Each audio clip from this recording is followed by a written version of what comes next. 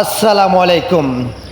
অনেকে এই মেয়েটাকে নিয়ে অনেকে টোল করতেছেন। শুধু এই মেয়ে না, এই টিকটক ফোরামে না, পুরো অনলাইনে অনেক মেয়ে আছে, ছেলে আছে, এই মিউজিক দিয়ে ভিডিও বানাচ্ছে।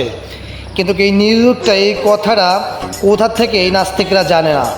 এটা মাহফিলের ভিতরে এই একটা মুরব্বীরে বসতে বলছিল আর কি, ওই হুজুরটা একটা নাস্তিকে এই ভিডিওটা বানাইছিল মিউজিক দিয়ে।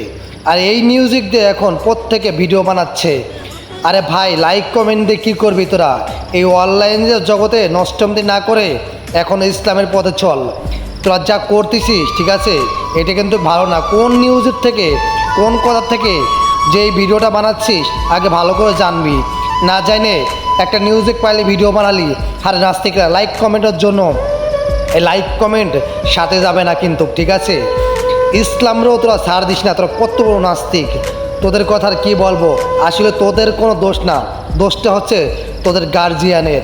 বুঝিস নাই অনলাইন জগতে এসে নষ্টান্তি করবি, আর এই যে কাপড় ছাড়া ছোটো ছোটো কাপড় নিয়ে টিকটকে এসে অনলাইনে এসে নষ্টান্তি করবি। আমি তোদের দোষ দেব না, তোদের গার্জিয়ানের লোকন দোষ।